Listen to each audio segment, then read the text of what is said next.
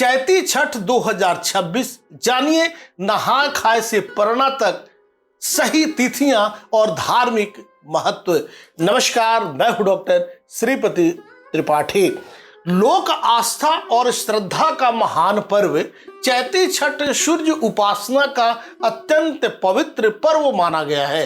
इस व्रत में भगवान सूर्य और छठी मैया की आराधना की जाती है। विशेष रूप से बिहार, झारखंड और पूर्वी उत्तर प्रदेश में यह पर्व श्रद्धा और पवित्रता के साथ मनाया जाता है।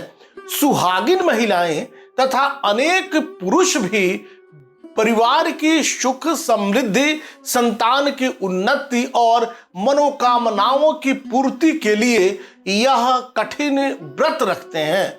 धार्मिक मान्यता के अनुसार चैत्र मास के शुक्ल पक्ष की चतुर्थी तिथि से इस महापर्व का आरंभ होता है और सप्तमी तिथि को उगते सूर्य को अर्घ देने के साथ इसका समापन होता है। 4 दिनों तक चलने वाला इस पर्व में व्रती अत्यंत नियम और श्रद्धा का पालन करते हैं। नहाए खाए के साथ व्रत की शुरुआत होती है। उसके बाद खरना, संध्या अर्घ और अंत में उषा अर्घ के साथ व्रत का पारण किया जाता है। चैती छठ 2026 की तिथियां जानिए। नहाए खाए 22 मार्च 2026 रविवार को है। खरना 23 मार्च 2026 सोमवार को है। संध्या अर्घ खष्टी जिस दिन है वह 24 मार्च 2026 मंगलवार को है। उषा अर्घ एवं परना जो है वह 25 मार्च 2026 बुधवार के दिन है। नहाए खाए का महत्व जानिए। छठ पर्व का पहला दिन नहाए खाए कहलाता है। इस दिन व्रती प्रातः किसी पवित्र नदी, सरोवर या जलाशय में स्नान कर शुद्धता का संकल्प लेते हैं। यदि नदी में स्नान संभव न हो तो घर में भी स्नान कर पूजा की जाती है। इसके बाद घर की पूरी तरह साफ सफाई कर सात्विक भोजन तैयार किया जाता है। परंपरा के अनुसार कद्दू की सब्जी, चने की दाल और चावल का भोजन बनाया जाता है, जिसे प्रसाद के रूप में ग्रहण कर व्रती आगे के व्रत के लिए स्वयं को तैयार करते हैं। मान्यता है कि इससे शरीर और मन दोनों शुद्ध होते हैं। खरना का विधान क्या है? छठ पूजा का दूसरा दिन खरना कहलाता है। यह दिन व्रत की दृष्टि से अत्यंत महत्वपूर्ण होता है। इस दिन व्रती पूरे दिन उपवास रखते हैं और शाम को सूर्यास्त के समय भगवान सूर्य की पूजा करते हैं।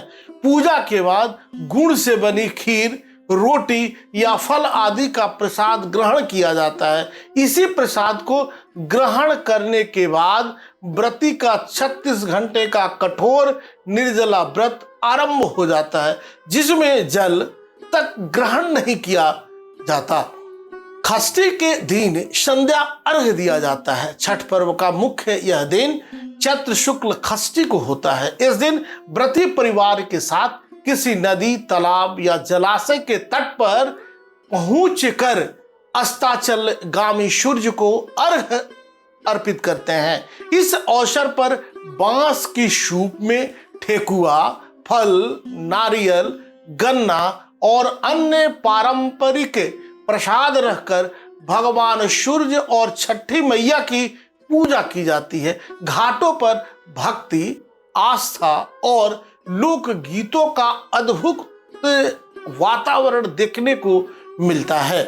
उगते सूर्य को अर्घ और परना छठ महापर्व का अंतिम चरण सप्तमी तिथि को प्रातः काल होता है। इस दिन व्रती उगते हुए सूर्य को अर्घ अर्पित करते हैं और सूर्य देव तथा छठी मैया से परिवार की सुख समृद्धि की कामना करते हैं। इसके बाद विधि विधान से पूजा कर व्रत का पारण किया जाता है।